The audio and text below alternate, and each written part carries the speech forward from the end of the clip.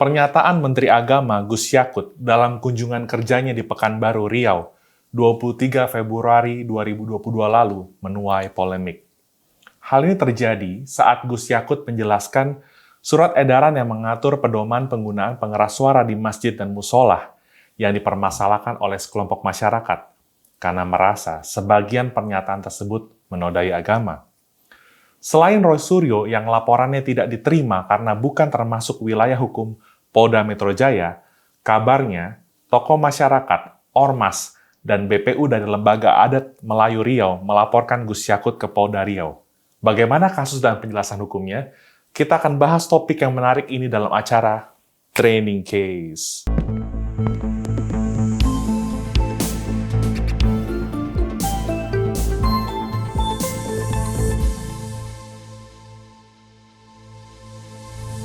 Kasus ini bermula ketika Gus Yakut menjelaskan alasan dan pertimbangan dikeluarkannya Surat Edaran Menteri Agama Nomor 5 Tahun 2022 tentang pedoman penggunaan pengeras suara di masjid dan musola. Meski bukan merupakan peraturan atau keputusan yang memiliki konsekuensi yuridis, Surat Edaran ini dimaksudkan sebagai pedoman untuk memastikan penggunaan pengeras suara tidak menimbulkan potensi gangguan ketentraman, ketertiban, dan keharmonisan antar warga masyarakat. Bahkan, aturan serupa ternyata juga pernah dikeluarkan pemerintah 44 tahun silam, yaitu melalui Instruksi Direktur Jenderal Bimbingan Masyarakat Islam Nomor Keputusan 101 tahun 1978 tentang tuntunan penggunaan pengeras suara di masjid dan musola.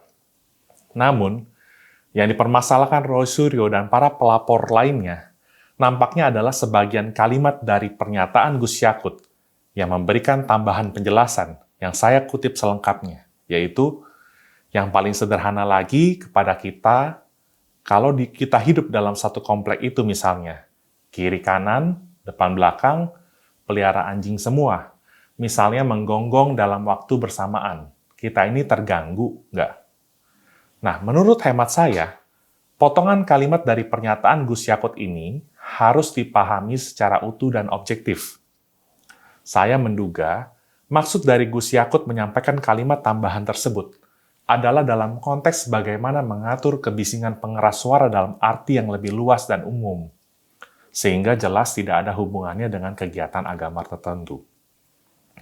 Berbicara tentang pelaporan terhadap Gus Yakut, sontak membuat saya teringat kasus Meliana, yang mungkin tidak pernah mengira curhatan kepada tetangganya mengenai volume pengeras rumah ibadah, akhirnya menjadikan Meliana seorang pesakitan dan dihukum 18 bulan penjara. Tidak hanya dihukum, sekelompok massa yang terprovokasi lalu merusak rumah Meliana dan beberapa rumah ibadah minoritas di Tanjung Balai. Sejarah penegakan hukum di Indonesia mencatat bahwa kasus Meliana telah menambah rentetan panjang kasus penodaan agama atau blasphemy. Sebut saja kasus Cerpen HB Yasin, kasus ajaran Lia Eden, kasus angket Arswendo Atmowiloto, sampai kasus Ahok di Kepulauan Seribu yang begitu fenomenal. Rentetan kasus penodaan agama tersebut telah menjadi ujian tersendiri bagi kemajemukan suku, agama, ras di Indonesia. Sebagai suatu bangsa yang besar dengan populasi penduduk muslim terbanyak di dunia, para pendiri bangsa kita atau Founding Fathers Indonesia telah sepakat untuk memilih Pancasila sebagai ideologi negara dengan semboyan yang mempersatukan perbedaan yaitu Bhinneka Tunggal Ika. Kita juga sering mendengar bahwa salah satu esensi demokrasi adalah kebebasan berpendapat untuk menyatakan pikiran dan sikap sesuai hati nurani yang dijamin penuh oleh konstitusi kita. Tentu, dengan mengindahkan pembatasan yang ditetapkan undang-undang. Pertanyaannya, sejauh mana ekspresi dari kebebasan berpendapat dapat dikualifikasikan sebagai penodaan agama? Dalam hukum pidana, delik penodaan agama masuk dalam kualifikasi penghinaan atau beledehing.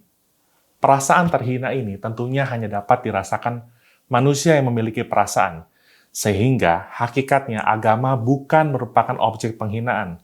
Sebaliknya, yang memiliki perasaan terhina justru adalah para pemeluk agama tersebut. Awalnya, delik penodaan agama diatur di Indonesia melalui penetapan Presiden nomor 1 tahun 1965 tentang pencegahan, penyalahgunaan, dan atau penodaan agama.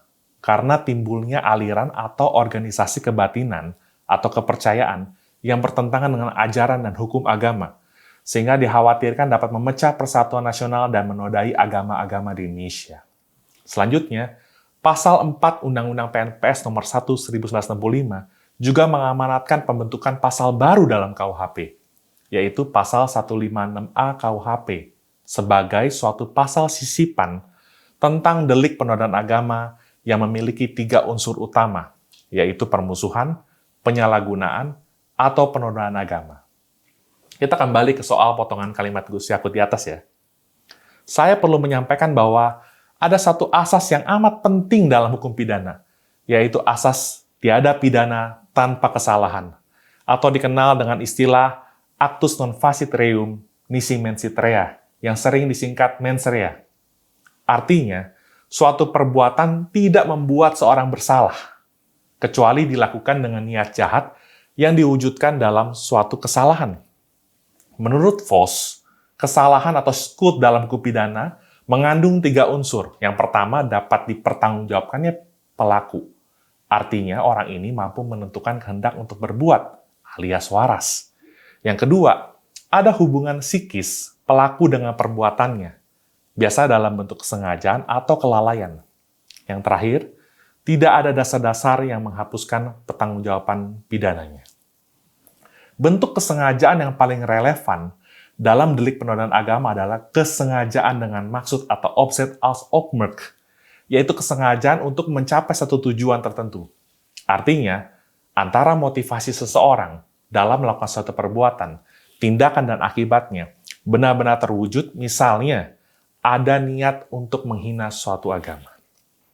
Pertanyaan sederhananya, apakah mungkin dan masuk akal Gus Yakut yang merupakan putra dari tokoh NU di Rembang, Kiai Haji Muhammad Khalil Bisri, mantan Ketua GP Ansor yang merupakan sayap dari Nahdlatul Ulama, dan bahkan dalam kapasitasnya sebagai Menteri Agama, pernah mengusulkan dibentuknya Dirjen Pesantren, benar-benar memiliki kesengajaan dengan maksud untuk menodai agamanya sendiri. Pertanyaan awal ini setidaknya dapat menjadi dasar bagi penegak hukum untuk memutuskan apakah betul ada peristiwa pidana dalam pernyataan Gus Yakut tersebut, sambil mengingat bahwa juga terdapat alasan penghapus pidana khusus dalam penjelasan pasal 4 Undang-Undang PNPS nomor 1 tahun 1965 sebagai dasar pembentukan pasal 156 KUHP, yaitu uraian tertulis atau lisan yang dilakukan secara objektif dan ilmiah mengenai suatu agama, dan usaha menghindari adanya kata-kata yang bersifat penghinaan bukan merupakan tindak pidana penodaan agama. Selamat bekerja untuk Gus Yakut dalam mewujudkan kebinekaan Indonesia dan menjadi menteri untuk semua agama. Sampai jumpa kembali bersama saya, Albert Aries, dalam acara Training Case berikutnya.